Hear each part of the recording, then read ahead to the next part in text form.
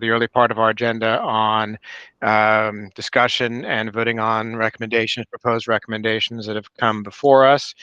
My apologies to the speakers that we will get to you as soon as we can. With that, Stephanie, would you like to, it looks like we are getting a quorum is here. Could you do the roll call, please? Yes, I can. So I will be noting attendance. We realize folks do sometimes join later, so we'll be keeping an eye on the meeting's participants for the record. But starting down the list, Senator Katie Fry-Hester. Present. Delegate Laura Charkoudian. We've received notice from Delegate Charkoudian before this meeting that she'll be voting via proxy. So yes, and Stefan, I'll be the proxy for the delegate. Thank you, Andrew. Andrew Place. Present. Landon Favorig. Maurice Simpson. Present. Sorry. Thank you. Christine Sismata. Sismadia. Thanks. Carol Lane. Jeff Shaw. Nancy Sopko. Excuse me, Stephanie. Jeff Shaw is on the line. He's having audio issues, but he is here. Thank you so much. And Nancy's here. Thanks, Nancy. Mark Zucca. Present. Ricky Hanna. Present. Thank you. And Jeff Oxnam. Okay, back to you, Andrew. All right, thank you very much. All right, so let's get to it.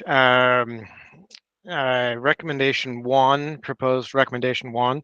I will just read the highlighted portion, not the narrative, and I believe Cindy is pulling up the narrative itself.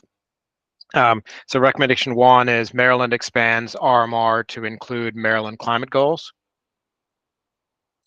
And I believe, Landon, you would looking for an amendment to that one.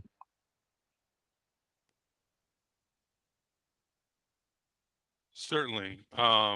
So running it past MEA staff, we wanted to be sure to include all generator deactivations, not just those where an RMR would come into play. So some suggested language could be Maryland expands alternative solutions to avoid or reduce RMR to support Maryland's climate goals, or something similar, but I bring it to the group. Is there any objection to the narrative change?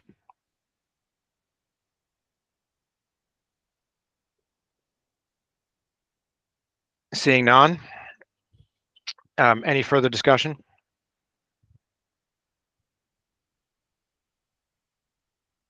All right. Hearing none, I would like to see if we can do this as a voice vote, whether that's going to be challenged by this the video link. If it doesn't work to do this over video, we will do a roll call vote. All those in favor of accepting this recommendation, say aye. Aye. Aye. Aye. Any opposed? All right, hearing none, the recommendation passes. And I should have noted at the top here that the process here is that these recommendations go forward to the broader Climate Commission for their consideration. Andrew, could I just ask a question about that? Yes.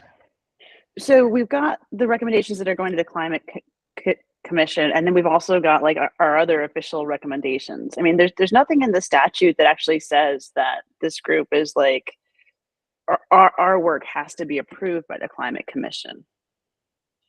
That is correct. Yes. Okay, so what's the difference between the recommendations that we put forward now and the ones that we put forward as part of our overall report? Is there like?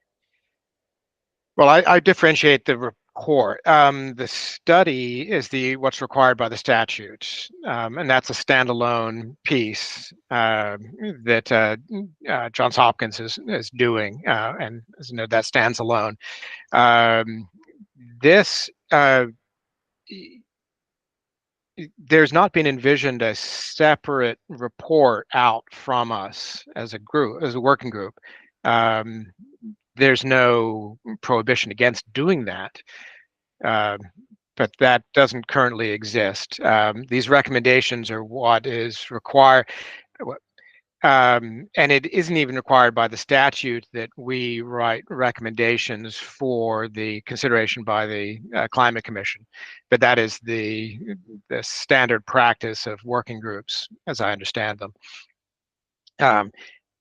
That said, what we pass through today to them is for their consideration in what the Climate Commission would ultimately put forward to the legislature and the governor in their annual report, which, as I said, doesn't preclude us from also doing a standalone that we submit to the legislature.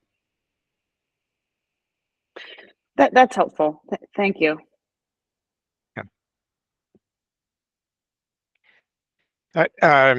Recommendation 2, Maryland study on reconductoring and transmission. The state shall, with the support of NREL, conduct a study on reconductoring opportunities in the state. Any discussion?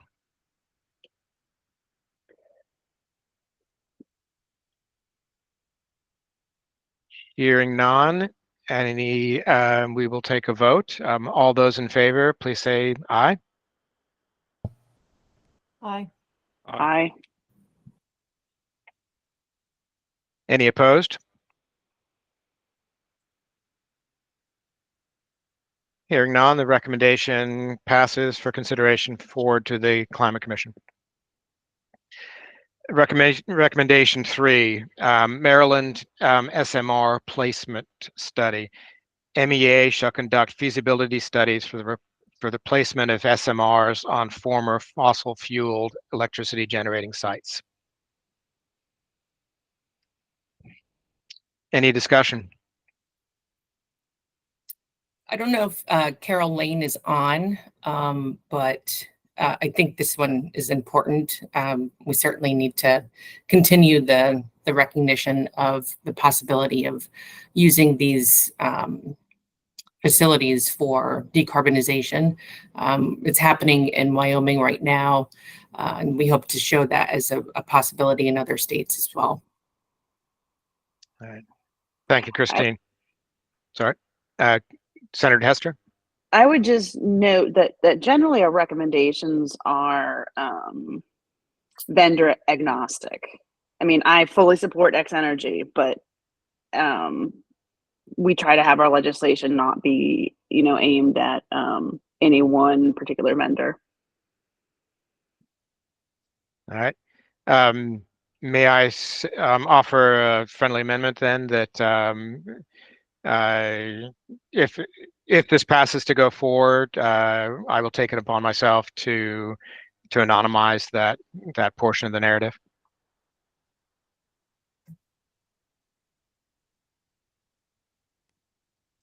Senator Hester? I would support that. I mean, I love X Energy. I just feel like I don't know. Does anybody else want to weigh in? Doesn't mean they can't do it. Landed with MEA, if I may. We have no objection to that. This is just purely narrative, noting that this is something that MEA has done on one particular instance before, and in that case, we were working with X Energy. So I have no problem with your conceptual amendment, Andrew.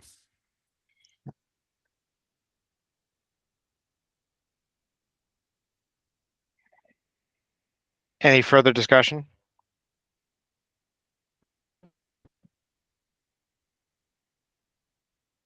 All right, well, why don't we do this as two separate votes. We'll vote on the amendment, conceptual amendment, as Landon noted, and then a vote on the final language. All those in favor of anonymizing the narrative language, please respond by saying yay. Yeah. Aye. Yes. Yay. Yay. Any opposed? All right, the amendment passes. With that, if we can take a final vote on this recommendation, all those in favor of passing forward the recommendation, respond by saying yay. Yay. Yay. Any opposed? All right. The language is amended, passes. Thank you. Recommendation 4, clean energy support. Maryland supports in-state clean generation. I will note in the narrative, this is focusing on the value of clean, firm generation. Any discussion?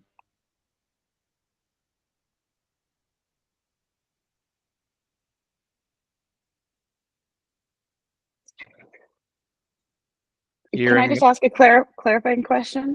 Yes, Senator. So we have many policies around clean energy.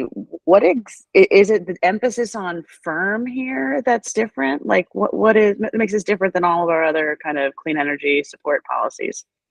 Yeah, as I read this recommendation, this draft recommendation that came to the working group, it was focused on clean, firm, not as rather more broadly than simply renewable generation and the ability to be dispatchable.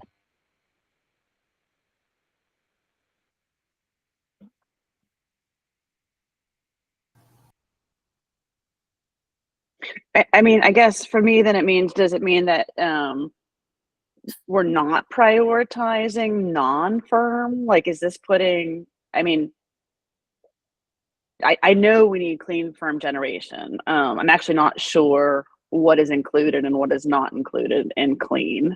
But would this put like nuclear above wind? That's not how I read it, and perhaps, and Landon has his hand up. I'll respond to you momentarily, Landon. Perhaps including in that final sentence, as Maryland develops our climate solutions, we should look to policies that include the value of clean, firm generation. Is that helpful? That it's not prioritizing; it's just noting that it's not excluded.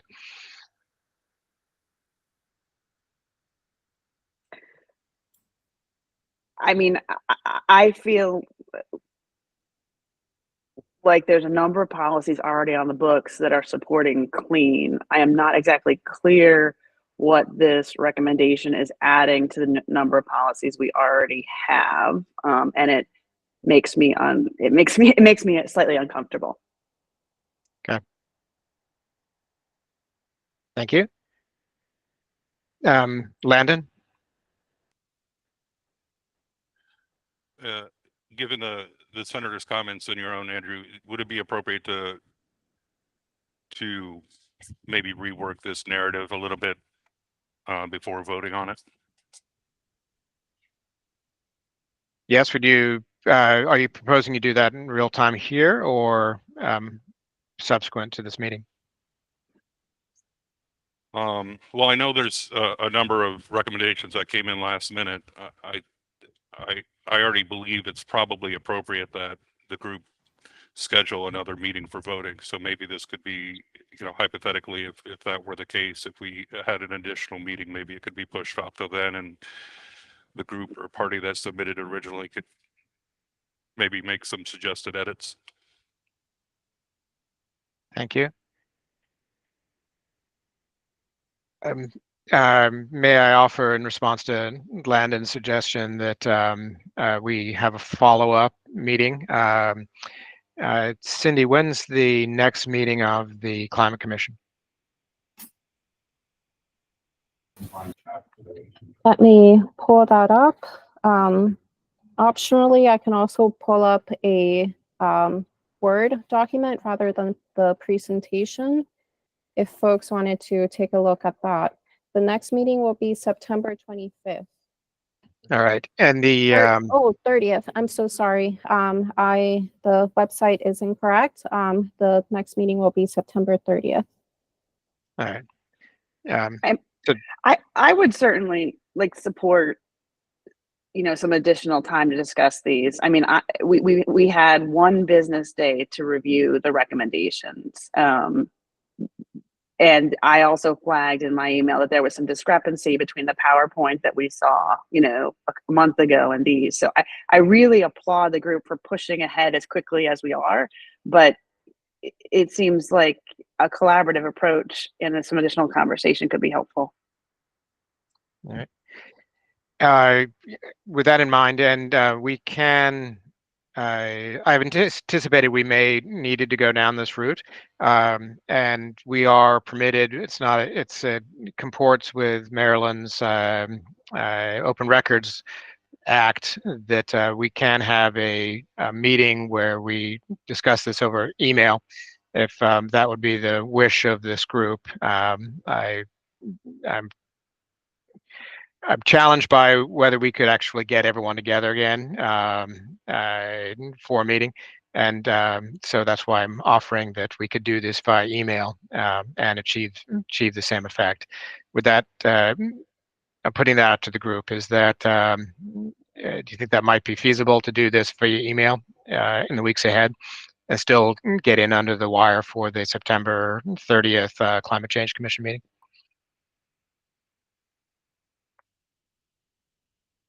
Any objections? I think that would work. I just echo the senator's view that we should be, you know, afforded more time to really consider these recommendations before we move forward. Okay. Thank you. Landon?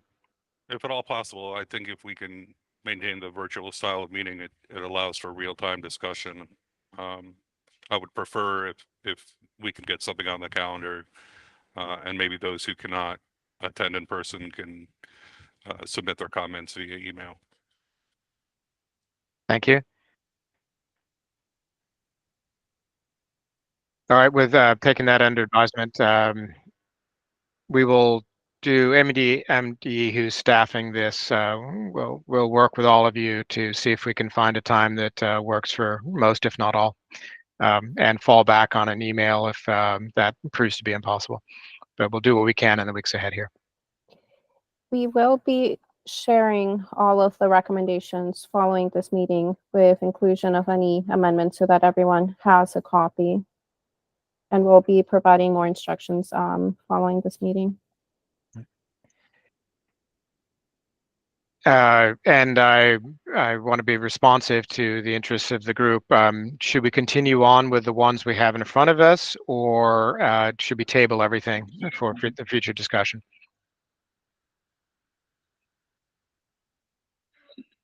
Landon? I think there may be some value, and again, I defer to the group here, but there may be some value in at least discussing what we have before us and just table the votes until that other meeting. Table all the votes? Just for the ones that were submitted a little later than the others. Okay. Any other comments?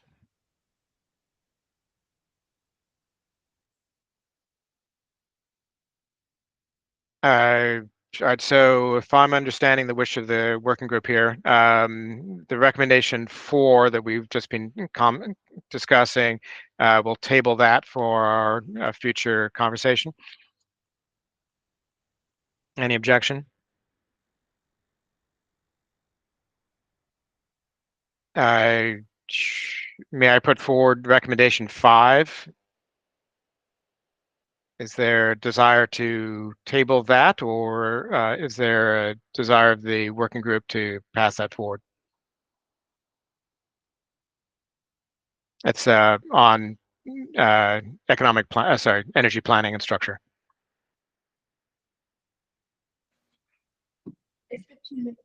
Senator Hester?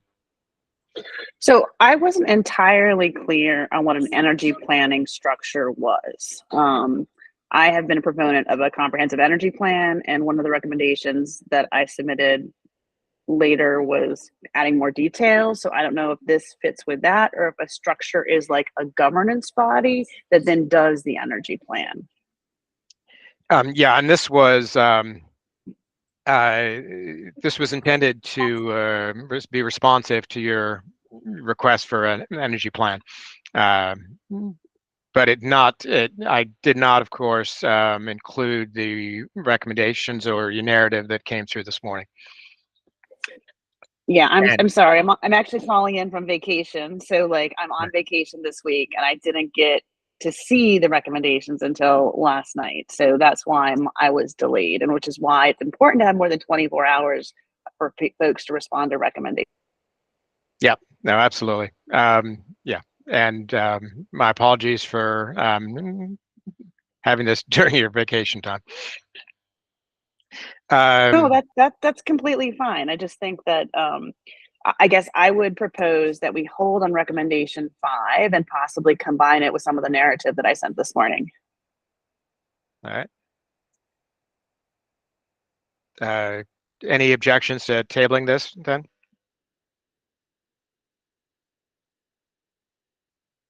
Seeing none, let's table this.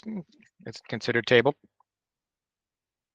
Recommendation 6, encourage Maryland's Public Service Commission to apply for and, if awarded, host technical assistance for state energy planning for Lawrence Berkeley National Lab. Is that ripe for discussion?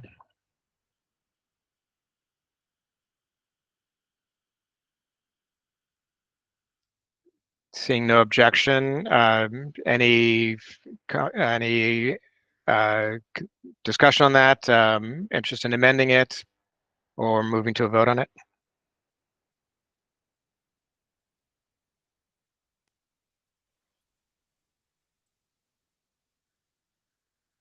Mark Zucco? I could. Sorry, Senator, go ahead. No, Mark, please, you proceed. Just kind of in the same lens or ideas, the other recommendations. I'm just curious why specifically Lawrence Berkeley National Laboratory is being called out and not some kind of a RFP process. Yeah. Sorry, Senator Hester. I don't know if this needs to be a recommendation or not. I simply wanted to suggest it. So there is free technical assistance from Lawrence Berkeley National Lab that has to do with many of the topics of this working group. I think it would be wise for the working group to kind of, look at the scope of what's proposed. But the only 2 eligible entities that are eligible to apply for this are a state PSC or a state energy association. So it could be either one. I would be happy to send along the link to the technical assistance guidance, but I was thinking, it'd be great to have this support, but hoping also to get this group's, guidance on like what areas of specific support would be the most useful. So that's just where Andrew once again was trying to accommodate, my interest, but there's obviously a total, many people could help us with this. Happens to be free and an available resource right now.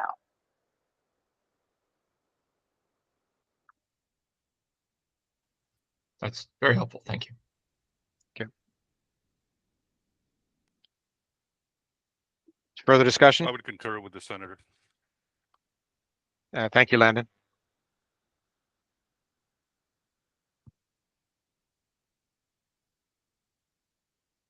Further discussion? Hearing none, if we would like to vote on recommendation 6, all those in favor, please respond by saying aye. Aye. Aye. Aye. Aye. Any opposed? Hearing none, the recommendation passes. Recommendation 7 for consideration. Again, with the proviso that please note if anybody would like to see this tabled for our follow-on conversation. Recommendation 7, the state with Attorney General legal adequacy approval should evaluate a requirement for grid enhancing technologies and storage and transmission on the portion of interstate lines that go through Maryland. Any discussion?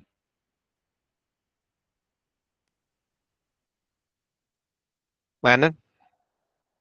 Um, I was given a moment of pause here with the Attorney General language. Is this something we are assuming will have legal challenges in making this recommendation?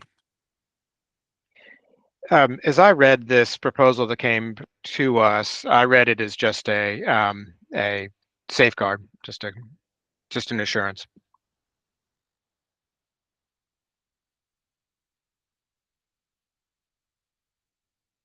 As good housekeeping.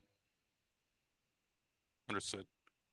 I'm contemplating maybe some alternative language. Give me just one moment to formulate my thoughts, but I'll leave it open for others to make comments.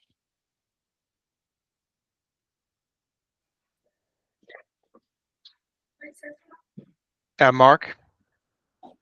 Yeah, again, I know it's been noted that we're just receiving these, it was short notice, so I'd like some more time to review this. But, you know, at the core, the CPCN process is mainly about siting of transmission lines and generating stations. And this appears to kind of get into more of the overall transmission planning, which is typically not included there. So that's where I also had some pause with this legal adequacy approval, just that, again, this is kind of not typically in that process. So, you know, I just question whether this is something that can be done without a change to the statute. But obviously, I'll defer to Senator Hester or General Assembly on that.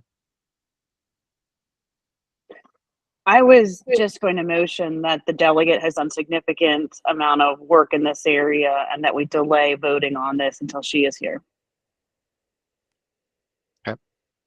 Second. All right. Yes, that should take precedence. So consider this tabled for our further discussion.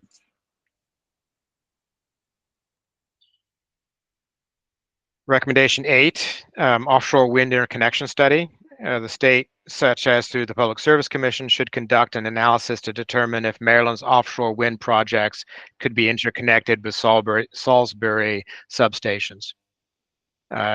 Nancy?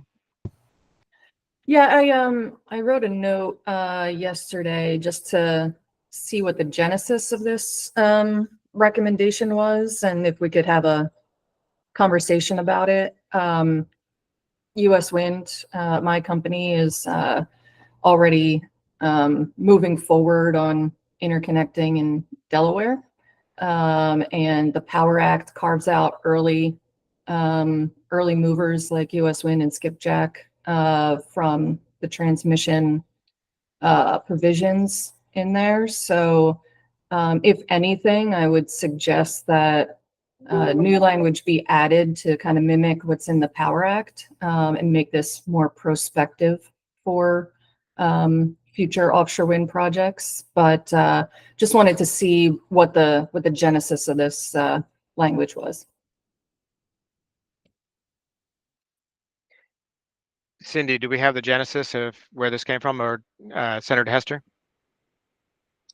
I would just let the group know that this was something that was proposed by Delegate Charkoudian, who was, the primary author of the Power Act, which I sponsored in the Senate. I believe there's some concern about about where we're interconnecting and wanting as much of the wind power to stay in Maryland for Maryland purchase as possible. I don't know the details, and obviously would want the wind industry support in this. So once again, I think we should probably hold it for additional conversation. Yeah, tabling this makes sense, especially to include Delegate Charkoudian in that conversation. All right. Consider it tabled. Recommendation 9, load scenario modeling with 15-year projection. The state should conduct a modeling scenario for load forecasting for additional load expected from data center growth, building decarbonization, and transportation electrification in Maryland for the next 15 years. Any discussion?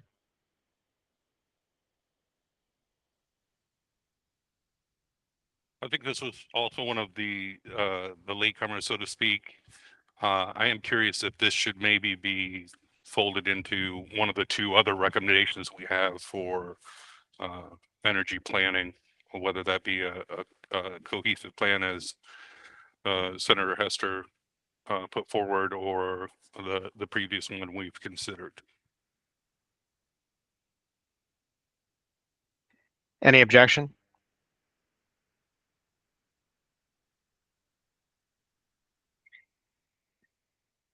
Let's table this then to do as Landon suggested, folding this into a comprehensive planning recommendation for consideration at our upcoming meeting. Should we vote on integration?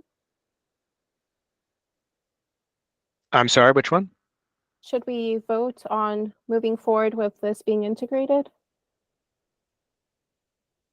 I don't think that I wouldn't think that's necessary. I would suggest the way this goes is that we draft language and circulate it to the group for their consideration as to be amended.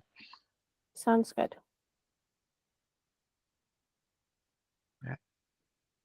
With that was the 9 that we had before us that we'd shared the days prior to today. So with that, if we could move on to, if Cindy, would it be appropriate for Dr. Hobbs to the presentation from JHU on the study update? I do have a clarifying question. We did receive comments this morning from Senator Hester. Should we pull those up as well so folks can see? Well, I don't want to. Well, Senator Hester, would that be of interest to you, or my thought was that would be best suited for the following conversation, that we could circulate the language.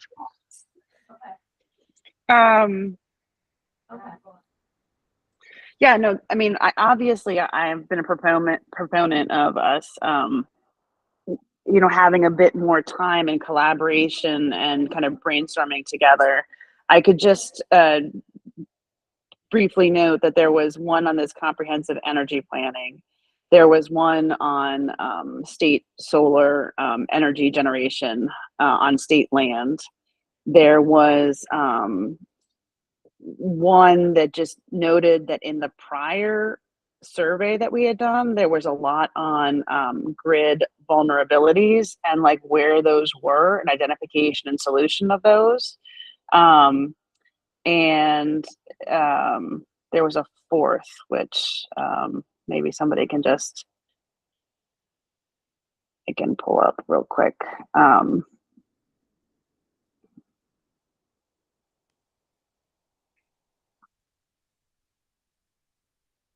I would be happy. I tried to send them to everybody's, all the commissioners' names that I had, but I didn't have them. Oh, the second was, so the 4th out of the package was just around the increased, auction prices. I think that we have to absolutely consider affordability in the work that this group does, and to put forward recommendations and not address the tenfold increase in energy prices would just do a disservice to the people of the state of Maryland who are paying for this. So all 4 we can table, but I just wanted to get them on the record. Yeah, and Senator Hester, I'm looking at your email that came through this morning. I'm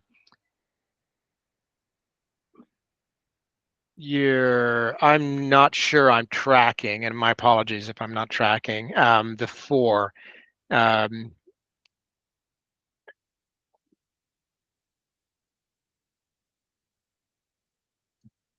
So Cindy's bringing it up. I didn't say them in the same order. I'm sorry. I was doing them by memory. Yeah, no, it's good. I have not had a chance to review these myself. So I think it's great that Senator Hester was able to summarize them.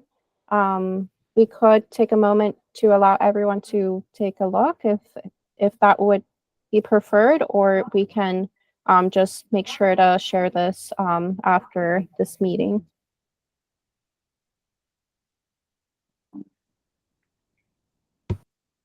Yeah, I think in order to give them, due respect, we should take some time, after this meeting to really digest what's put forth. And I think having clarity on process would be super helpful. Like when we're going to get the recommendations, when you want replies on them by, whether we can talk to each other about what we think about them in between meetings. I mean, like it's, I certainly am, I'm like, I really value people on this working group's opinion. And, in terms of the 4 ideas that I suggested, I would love to have other people weigh in on them, help us make sure that the wording is accurate. So.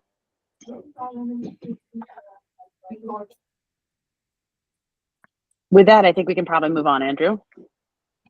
All right. Yeah, thank you, Senator.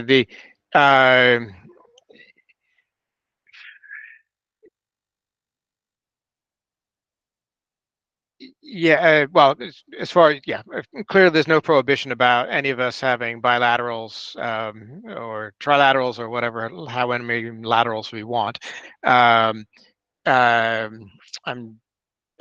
stumped to figure out if we can, other than starting an email conversation, a thread that perhaps that would be useful, perhaps that would be productive. We can ensure that everybody, that your note, Senator, went to all the working group members. We could start another chain to start a discussion. We can survey all of you to see if there's a time we can have a tabletop conversation virtually. I'm just spitballing here, trying to figure out what could be most productive. This is uncharted territory. Can I make a suggestion? So we did set up a process where we first collected a survey. We opened up challenges and opportunities that helped shape some of our agendas, some of our discussion from last meeting. Then we did open up for specific recommendations. Some folks met that deadline, others did not. And that's part of the reason today we were not able to get through everything. But we are trying to be accommodating. We're trying to capture everyone's really great ideas. And we will be collecting everything from today. We'll make note of what was approved, what was tabled. If there's still questions, we're going to be working through that and aiming to resolve that in the next couple of weeks, because really we are working with a Climate Change Commission deadline, and we need to have everything approved by this working group and submitted in the next few weeks. So we'll be, Andrew and I will be sure to share some process and timeline in addition to the actual recommendations language. And Senator Hester, if you do have questions after we reach out, please let us know. We'll make sure to address them. Yeah, and if I may, why don't, with the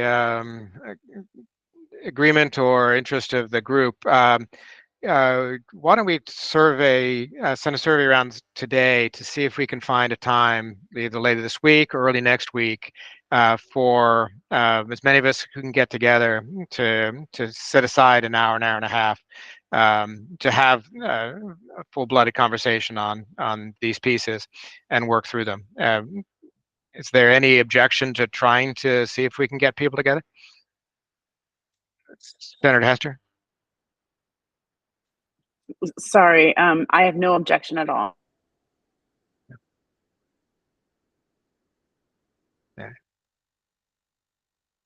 I mean, to respond to Senator Hester, I mean, it would be fabulous if we can manage to pull this off. It'd be absolutely fabulous, and remarkably productive, I would imagine. But let's see if we can do that. We'll do everything we can to find a time for us all to have an informal conversation.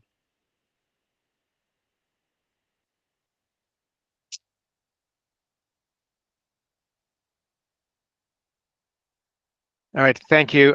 With that, Professor Hobbs, can I pass the meeting on to you? Thank you. It's an honor to be presenting. Thank you, Chairman Andrew, and thank you, Cindy, for organizing the meeting, and to all the working group members for attending and hopefully having a vigorous discussion. Let's see if my screen share works. We have the slides if you'd like us to pull it up, Dr. Hobbs. I'm sorry. Can you? Perfect. You have them. Okay. And how about that? Do you see it full screen? Do you see the slide full screen? Yes, we do. Okay, that's terrific. So I'm pleased to be presenting sort of a high-level, quick summary of assumptions that are going to be going into our modeling analysis that's being done on behalf of, not on behalf of the working group, but in parallel with the working group. And we're very much looking forward to working with you to revise assumptions and review the results. And so this is the start of that process. The group you see here is at Johns Hopkins University, and I'm one of the 3 faculty who are involved with this, the other being Yuri Dvorkin and Madi Murtash from the School of Engineering. So let's see. Yeah, here we go. So first, give a quick overview of the HOPE ND model, which has been developed specifically for the state of Maryland and the PJM market in which it's embedded. So I'll give a quick overview of what we're trying to do with it and how we do it in terms of how the model is structured and its key capabilities. Then very importantly, we're going to be looking at a range of scenarios, economic, technology, and especially policy scenarios. And there are 3 major policy scenarios here in terms of a reference case of no change in policy, aggressive decarbonization policy, and finally other policies that I'll talk about.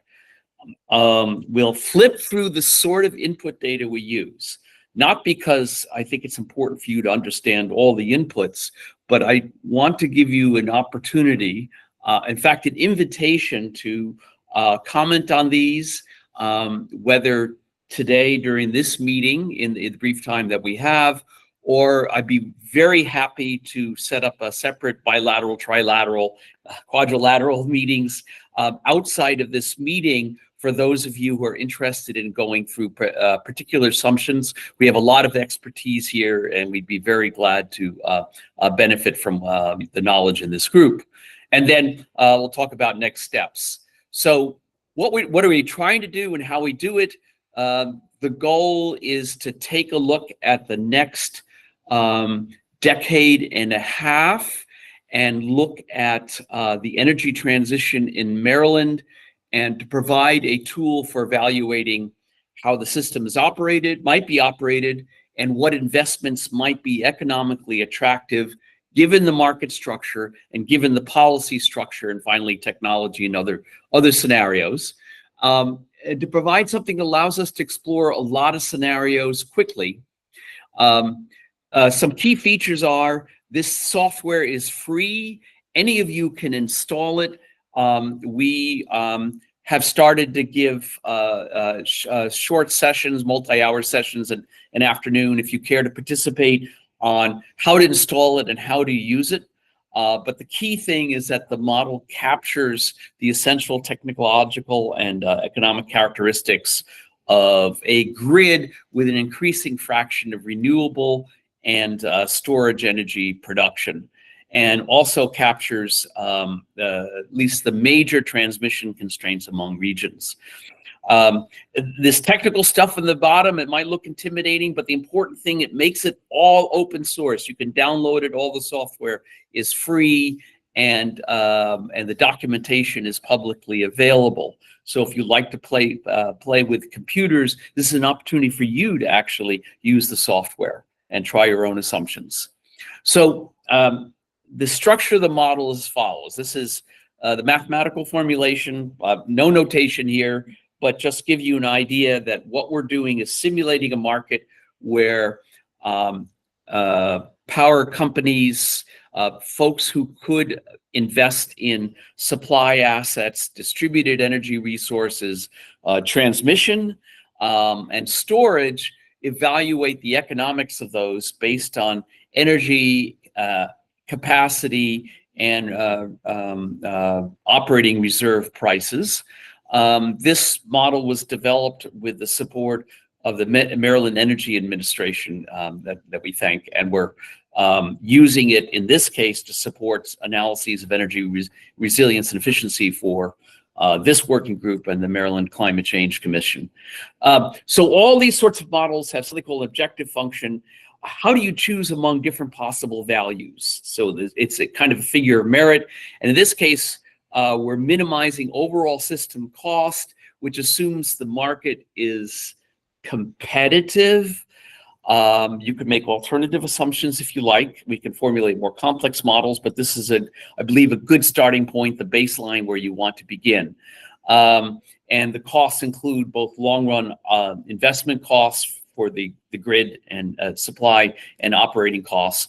And there are then a set of constraints which limit what values of those variables you can choose, where you can put investments and how much, to make sure that you do satisfy demand, that all capacity limits for transmission or for supply are complied with. You can have unit commitment constraints. There are a number of technical constraints. So these are fairly typical for this type of model. What's different about this model is, again, its public availability and we hope transparency. There's a lot of data that's needed by these models, and we've created an initial data set with your help, we'll be revising this. So some of the assumptions you'll see are definitely tentative ones and will be changed before we do runs that we actually show to you in a subsequent meeting. There are assumptions about existing and new resources, their costs and efficiency, where they can be put, and so forth. Whoops, excuse me. There are assumptions about the availability of variable renewables and loads. So we have time series, basically 8760 hours per year.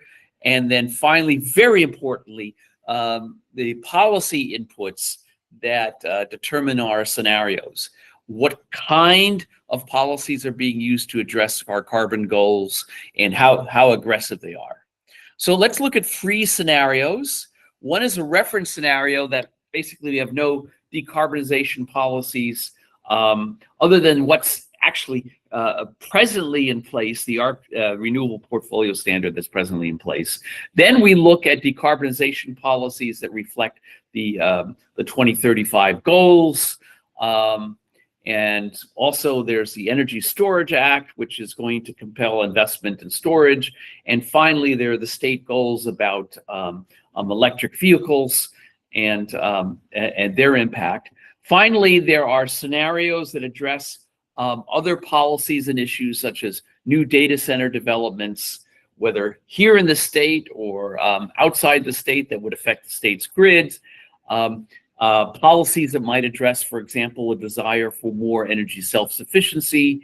All of these three scenarios and have variants about, for example, high stress, for example, high energy growth scenarios, difficulty in siting, high electrification in terms of buildings and transport. There'll be a lot of runs, and what's fun about this model is that it's very easy to change the assumptions. Check those out. So tedious tables, which we'll just fly over very quickly. I'm going to highlight in colored text how the scenarios differ. So here's three reference scenarios, sort of the present policies that are now in place. For example, constrained electrification shows that the Energy Storage Act will, let's say we don't get more than 50% of the storage that we hope to get, as opposed to 70 to 100%. What if we omit the solar carve out? What if we do or do not have an offshore wind requirement? An energy resilience case with a higher demand scenario by at least 5% or so, and we'll be looking at a wider range of possible demand scenarios. Under decarbonization policies, we're looking at two different scenario years, roughly the 2030 timeframe and 2035, looking for 60 to 100% decarbonization by the years that you see here. The red highlights changes from the reference case in the previous slide. These are all assumptions we can change, and we would definitely appreciate your input on what you think are interesting, important cases to consider in addition or instead of these cases. And again, we'll look at both basic cases and resilience cases that have higher demand growth. Finally, other policy priorities such as electrification and demand centers, electric vehicles. And so in this case here, the electric vehicles are definitely affecting the load profile, shows some of those assumptions. A self-sufficiency scenario would have various degrees of reduction of electricity imports. And then we have resilience cases. Again, higher demand. We could consider additional resilience cases. For example, what if what if one of the Calvert Cliffs units no longer becomes available? How might that be replaced? These are all discussions that we're of course having with Cindy and Andrew, and you either today or offline in separate discussions. Dr. Hobbs, I don't know if you could see my hand. It's Nancy Sopler. Oh, I'm sorry. All I see is.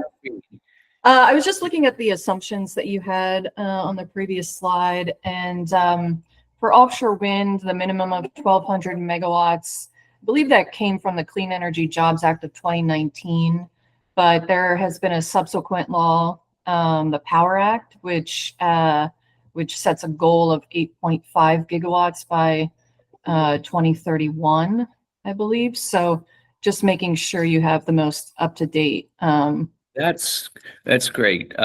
So this is, and again, the name of the law, the legislation is? The Power Act. It's, okay. Yeah. Thank you. Definitely, this is very helpful. I'm sorry that I can't see hands, but Stephanie Wilcox, who's our PhD student in this area, is in the room, and so she'll kick me in the shins when there is other comments. So any other comments at this point? Okay, so here's the sort of data. Again, I'm going to make this high level because I know this can be tedious. I also want to emphasize these are initial assumptions that we'll be refining in various ways. The key input data, as I've mentioned, are about the existing and potential supply, including distributed and storage resources. what's going to be happening to loads in different PJM zones, the transmission capability between the zones and between Maryland and the rest of PJM, renewable generation profiles, in the sense of competitive advantage of different zones in Maryland for variable renewables, the cost of transmission, and perhaps including different technologies such as advanced conductors or transmission enhancement, smart grid type of technologies. And then finally, the policies. Senator Hester, you have another question? Thank you very much. I had three questions about the model. First, does it include the projected increase in demand from data centers and electrification? Second, does it address the cost of electricity, which we just saw go up? And third, can we get a written copy of all the assumptions, just because I think maybe having more eyes on them to make sure that you had the latest data available and everything could be helpful? That would be great. So so the answer to the first question is that some of the scenarios have data centers, and of course this assumption will be concerned the amount and location and load profiles of these centers. We might want to look, we'll want to look at a range of possibilities, because of course in the last year the projections have dramatically changed, but those of us in the energy business have seen projections go up and down. They may not be realized, or we may be surprised and get even more. So we'll want to look at a range of those. So that will be baked into different scenarios. So in terms of public availability of these, we have a GitHub, and what we can do is distribute the link to that, and that will include descriptions of the assumptions. I don't know if at this very moment whether it is available, but given how little time that we have this fall to do this, I think it would be great to get something up pretty soon. And if it would be useful, we'd be glad to actually meet with members of the working group to review those. So thank you for those questions. Any questions from anybody else?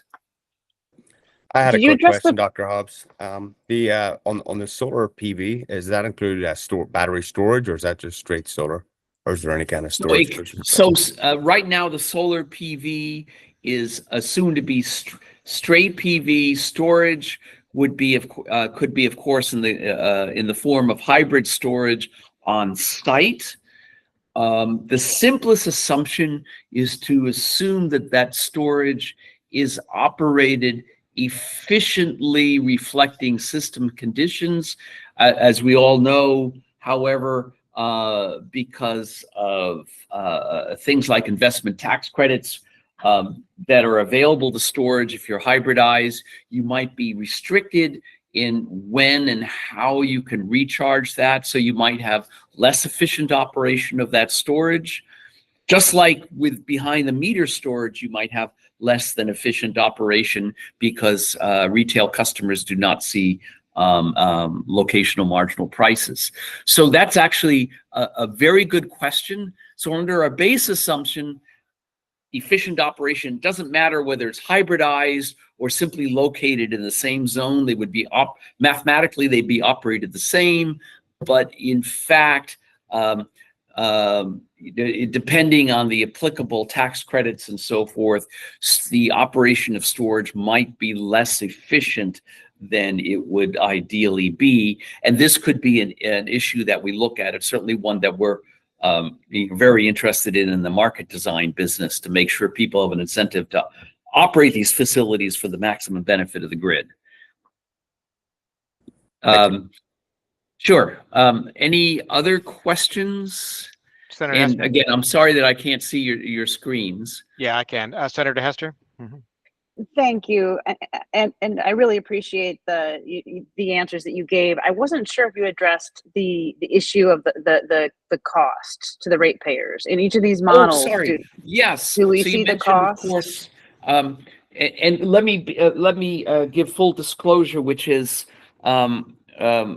15 years ago, I helped, for good or for ill, PJM design its reliability pricing model, which is the capacity market for PJM. I have not been a PJM contractor for over a decade, so we're independent of them. But just so you know that background. So that means I'm very familiar with the system as it was designed. And what we see this year was the offers that were made were about at the level that PJM wanted to acquire, and so the prices basically went up by an order of magnitude compared to the past. And we're talking about many billions of dollars from PJM ratepayers. This is just for capacity. So we're not talking about energy prices or operating reserve prices from what the spot markets. And I think there are very interesting questions as to whether this is a transient, that we will see a lot of response to prices as we have in the past in the RPM model of PJM, or whether the difficulty into interconnecting new resources is going to continue to result in a shortage of capacity. With that, and of course, the Brandon Shores and other planned retirements will result in shortages of capacity in future years and continued high prices. This model represents the capacity market and makes assumptions about how much capacity is needed. And right now we're assuming that capacity can be built, but you can make alternative assumptions, such as you could build a stress scenario where the amount of capacity that can be built in, say, by 2035 is less than the amount that would be needed. And of course, because of the demand curves then in the RPM system, you will see the capacity prices pop up. You will see what economists call economic rents. In other words, profits that are not related to, but that are well in excess of costs come up. If there are in fact shortages of capacity in future years.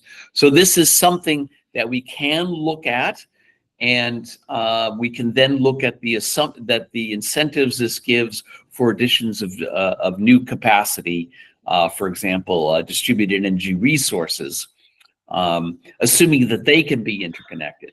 So I think that's a key set of assumptions. Senator Hester?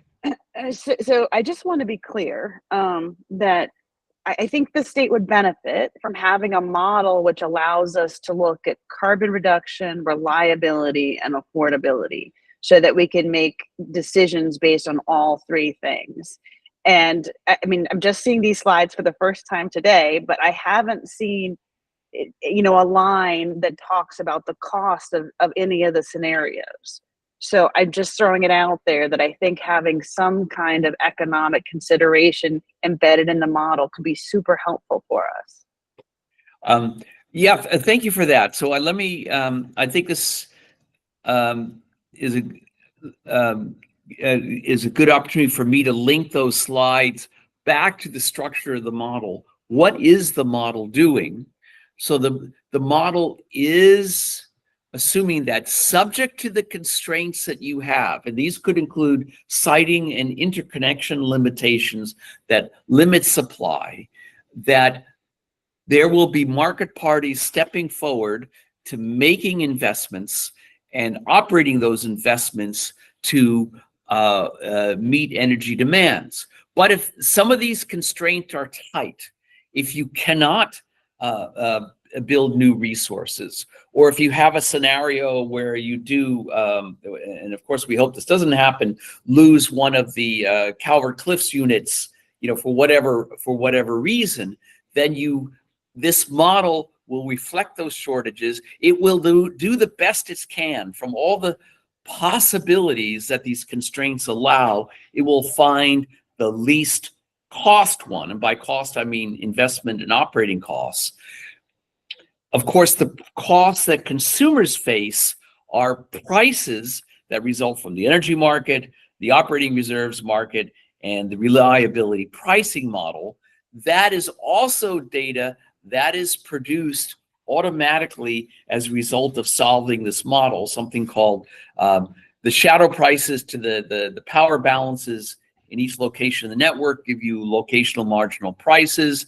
The constraint on the amount of capacity that you have to build, the demand curve from the PGM RPM system gives you the price of capacity.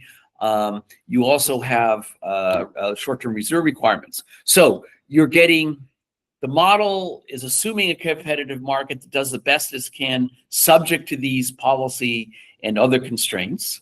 It gives you economic data about costs, gives you economic data about prices and the incidence of those. And the other thing, of course, it gives you is emissions, the amount of renewable investment, the things that address our sustainability objectives. And if the power balance is not met, that, for example, if we have reserve margins that are too low, then you will have expected unserved energy and there will be reliability problems. And that can pop out of the model too, if again, if the constraints are so tight that you can't feasibly meet demand given the possibilities for investing and operating. So that's how the model deals with that. Scenarios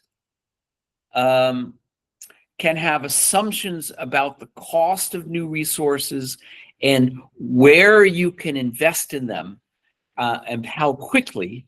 And so if we continue to be plagued by interconnection problems and the interconnection queue continues to be back up and few resources make it through that, then you can definitely have a shortage, higher prices, as we've seen in the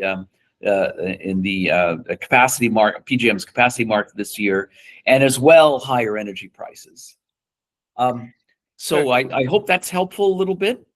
Yeah, and yeah, so Dr. Hobbs, so at the end of the day, what's spit out the back side of this model?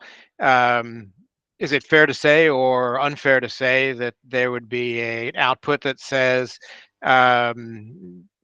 versus business as usual, what the price difference that a ratepayer in, say, BG&E service territory would see in a given year? Or is that one step too far from what the model's going to produce? So we have zones for the four major service territories within Baltimore. We do not model the rate making process.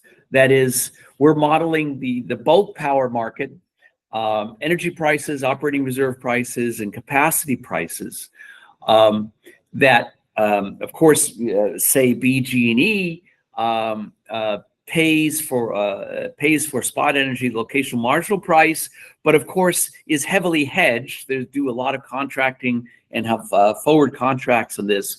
We do not model the long-term contracting process. So we have spot energy prices, we have the capacity prices, we have the reserve prices. Eventually, those have to be paid, and we can certainly calculate the spot and capacity and reserve prices that would be allocated each service territory, and you can divide that by the energy demands in the territory, in the service territory, and talk about what the bulk power system is costing per unit. Under the different scenarios. So you can look at cost increases because of, say, siting difficulties or a failure to achieve the Energy Storage Act goals or otherwise, where there are subsidies.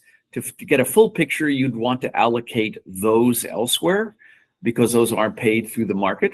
But that's certainly possible, but that's obviously a very naive rate-making process. You just don't take a lump of spot market costs and divide it by demand. But those costs will be passed through to consumers or to taxpayers ultimately. And so the difference in cost per unit, I think, is something that's important to look at and understand and compare to the other, for example, fixed costs of the grid, distribution costs, and so forth, to get a perspective of how large the cost differences between scenarios are. And you said could, you several times said could. Am I reading that it's not currently in the expectation of what you're going to be producing for this this work group? Or were you speaking metaphorical? So we haven't defined all of the outputs. We definitely will provide the outputs that the model readily produces, which I described as the plans, the costs, the prices for each of the commodities, and those are readily translated and allocated between regions. So I can say here with confidence that we can do that easily. And since the working group has expressed interest in that, that would be a very logical thing to do. And this is information that we calculated in the past. How far we want to go in terms of mimicking the rate making process, accounting for subsidies and allocating that across the state, allocating costs among customer classes, for example. We are not envisioning getting into that sort of detail, just because, as the members from our, the staff from the Public Service Commission here and the stakeholders all know here, rate making is a very, very complicated process. And as I said, we are not modeling long-term contract price formation and so forth. So there's allocation between years and allocation of risks. For example, Senator Hester mentioned the tenfold increase in capacity costs. Those might not go to consumers, given how the load serving entities in the state are already hedged against capacity prices. Yeah. Constellation does not immediately pass those on to all consumers, so they may be absorbed by other market parties. Well, and we're not going to be modeling the contracting. That's simply, I mean, we don't have all the contracts visible to us. In fact, all the contracts are not visible to the PSC, et cetera. So, and as you noted, that the high capacity prices that just came out of PJM are going to stimulate, or economic theory would say it was going to stimulate creation of more generation within those zones, or the creation of more transmission to feed those zones. So it's that's supply and demand. But as you noted, yes, if you went down that path of looking at what the on the ground price impacts would be, cost of power would be to ratepayers, it gets murky in a big hurry. As you know, no small measure, because of the rate making process and how you allocate across classes, for example. But given that, I think, and I think you're getting a clear message from this working group that, and I think it's achievable, that you can compare across scenarios. You're not saying here's an absolute impact. You can't be modeling everything that's going into what a ratepayer is paying, but you can compare across these scenarios on not only in sort of high-level dollar numbers, but also percentage changes between scenario choices. Is that fair? Yes, and we can for context compare the magnitude of those on a, for example, per kilowatt hour basis to other costs that are components of electricity rates, such as distribution and customer costs and so forth, to get some perspective on that. So that's definitely possible, but they'll be heavily caveated that these are averages and that the exact rate impacts, for example, by class or over time, dependent on the details of the rate making process. But we can, if one policy is a lot more expensive than the others, and we have some confidence that in a competitive market, that those costs are going to be passed through to consumers or picked up by taxpayers, then we can be pretty sure that, all else being equal, higher costs are not going to be a good thing for Maryland ratepayers and taxpayers, and we can quantify what those would be.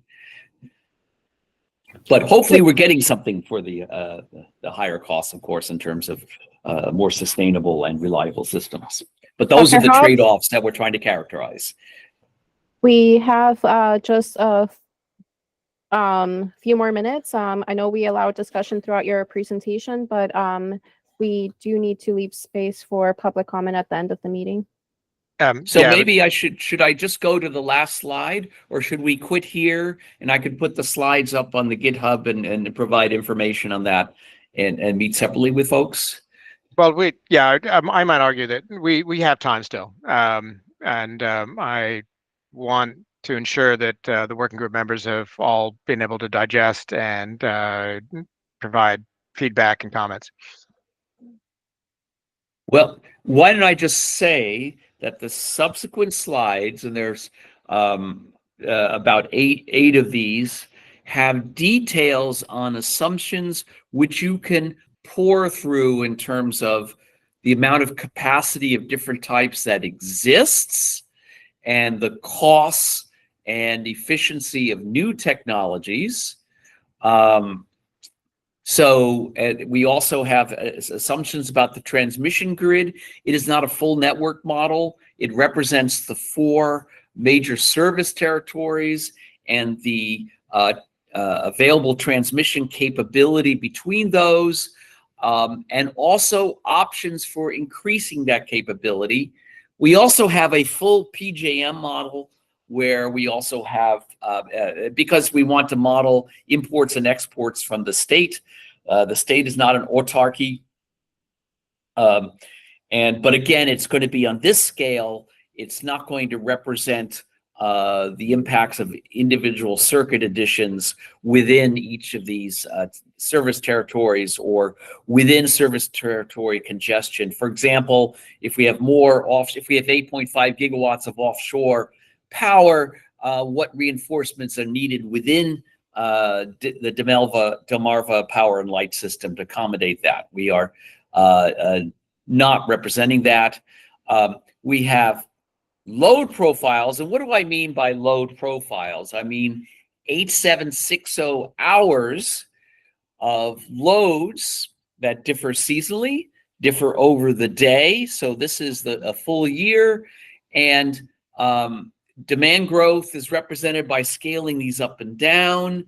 And also we have changes in load profiles because we have the net load is the total load minus the renewable production, both behind the meter and grid scale from solar in the top here, wind in the bottom there. And of course, that will depend on where you put these facilities. And we represent that. We also have power imported by Maryland. At the moment, we assume that that is fixed to focus on runs from Maryland alone. The model works faster that way. But clearly, policy elsewhere in PJM affects the cost and availability imports. And this is an issue that should be at least touched upon with some different import scenarios. But you can use the model to actually explore what's going on elsewhere in PJM in depth. What if Pennsylvania does join RGGI, for example?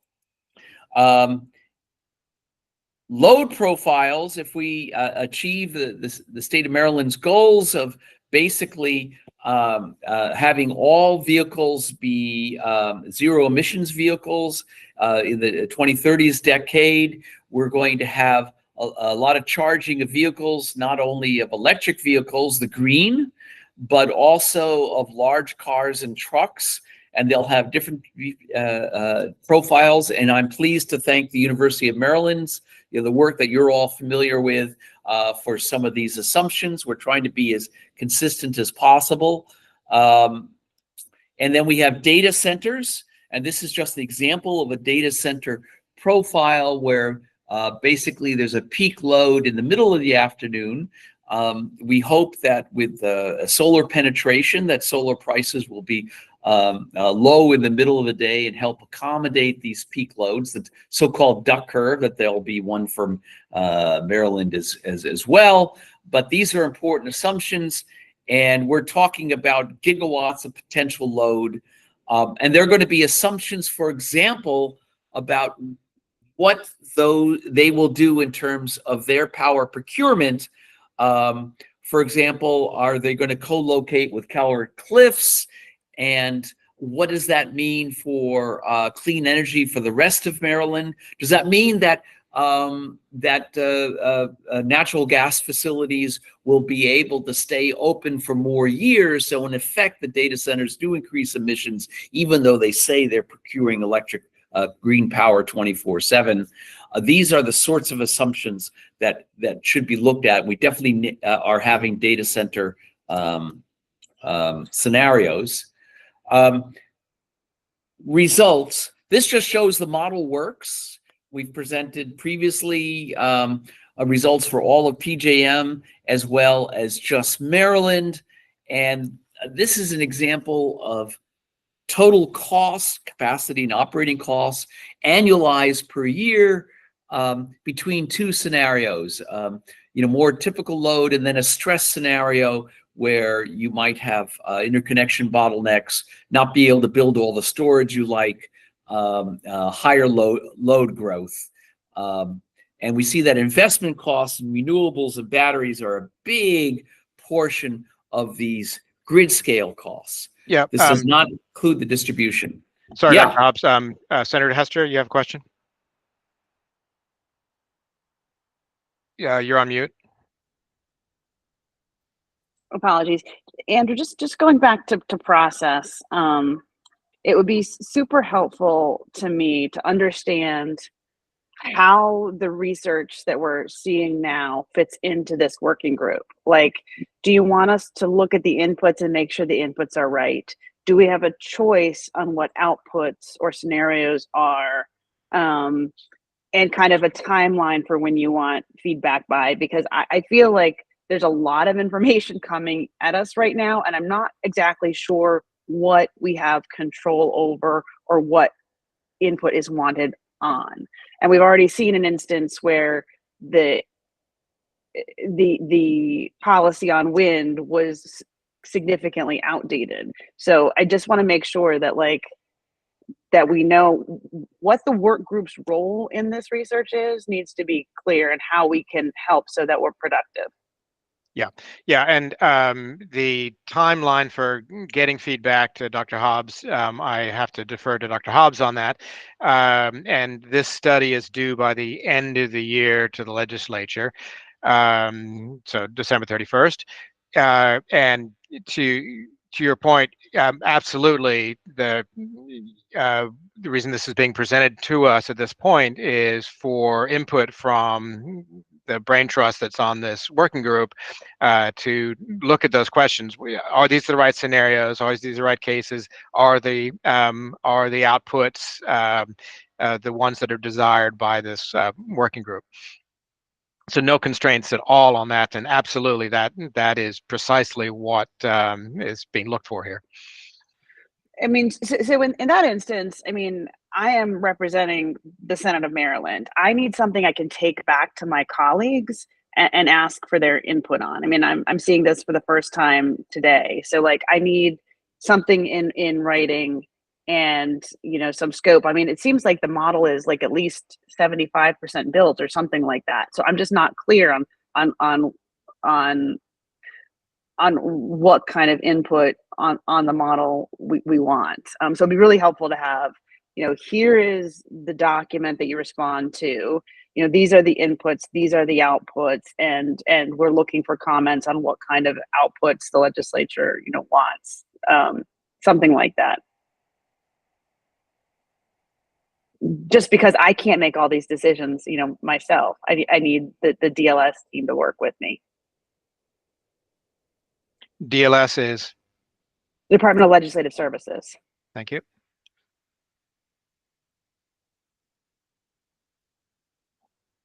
So we should work with MDE and the University of Maryland about discussing about what sort of documentation, timing, and form would be most useful for the working group. But I hear you loud and clear that having a well-defined document and then a process or a request for input that either review of the document or side meetings would be, it would be good to set those expectations in a timetable, I would imagine. Yes, we can provide a list of assumptions, both the existing ones and the ones that are more specific to the study, and provide that to Senator Hester. We can aim to do that within the next couple of weeks, and address any questions that come up, should any come up following that. And we'll work with Johns Hopkins. Thank you. So we are at. Yeah. Yep. Yep. Sorry. And I don't want to cut this discussion short. So we will leave this line open for public comment, hopefully with the next few minutes here. But that's the intent. And any public comment that comes in will, of course, be on the record in the transcript of the meeting. Even if it's not significant that it's going after the 90-minute nominal end of the meeting. So, Senator Hester, do you have the answer you need? I guess my understanding is that there will be some kind of written documentation shared with the working group with some clarity on where you guys are looking for input on, whether it's on that the inputs are right or that the outputs are going to answer the questions that we have. I think that's what's going to happen next. Yes. Yeah. Precisely. Dr. Hobbs, that comports with what you need and your expectations. Yes, that's crystal clear. Okay. And to get deep in the weeds here, just for 2 minutes, and I realize we are coming across the end of the hour here. Dr. Hobbs, you have carbon capture in the model, and which always raises questions for me on how carbon capture is unique in a way that it's unlikely to be taken on by a discrete unit, that only if there's a social need for, for example, a number of fossil fuel plants to capture carbon would the pipeline come into existence. No standalone unit would do it on its own. And if that assumption is correct, how do you model that? Because the cost would be orders of magnitude different.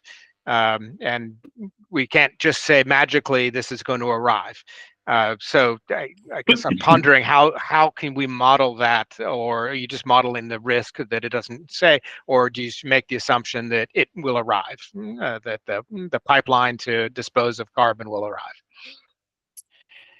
So we do not have an explicit modeling of the transport of captured carbon dioxide, whether as a slurry or the gas itself or what have you. That's you're absolutely right. If you were to build a pipeline network infrastructure for that, that's not something you would do for one plant. It would be something that you would be. It's definitely an infrastructure with this huge scale economies. We do not model that, so we just simply have a nominal cost based on other studies of what it would cost to capture it on site and a per unit cost of disposal, which could lead to the unrealistic solution of having one combustion turbine capturing its carbon. And then in fact, it might not be able then to dispose of it. So that's an issue we can look at more closely, but in all the scenarios we've looked at so far, carbon capture and storage under the cost assumptions assumed doesn't come close to being economic.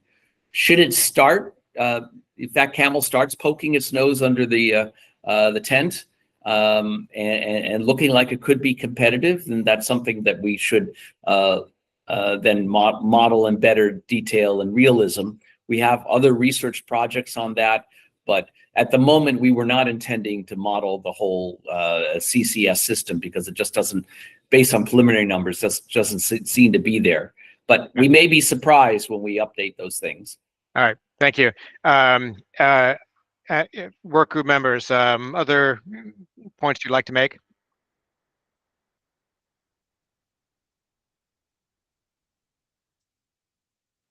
All right, hearing We none. are at Sorry. time at Yes. 10:30. So Yes, thank we you, will Cindy. have to, So, yeah. I did see a public comment somewhere. Yeah, I do too. So yes, and well, thank you, Dr. Hobbs. And seeing no further discussion, I would like us to move into the public comment period. And seeing as we're after the hour, I will gavel this meeting out after public comment is received.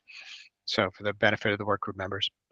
With that, the public comment, Mariana, would you like to speak to it or just leave it in the chat? Mariana had to leave. Okay. I will read out her note so it's aware to everybody.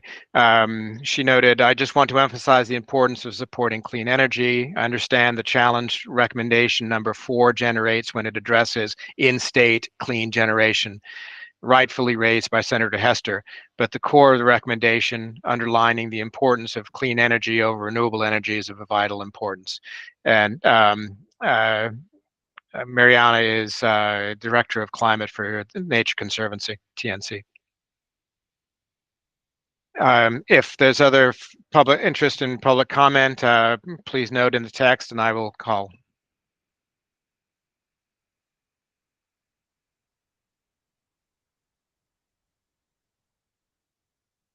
All right, seeing none, thank you all for attending today and for participation, and of course all your great efforts in working on this group for over these months. We will take what you've requested and feed it back in, and as I noted, see if we can get together, as well as the documents that was required requested out of Dr. Hobbs. With that, seeing no further public comment, I will gavel us out and look forward to our next meeting. Thank you as all. Thank you. Okay.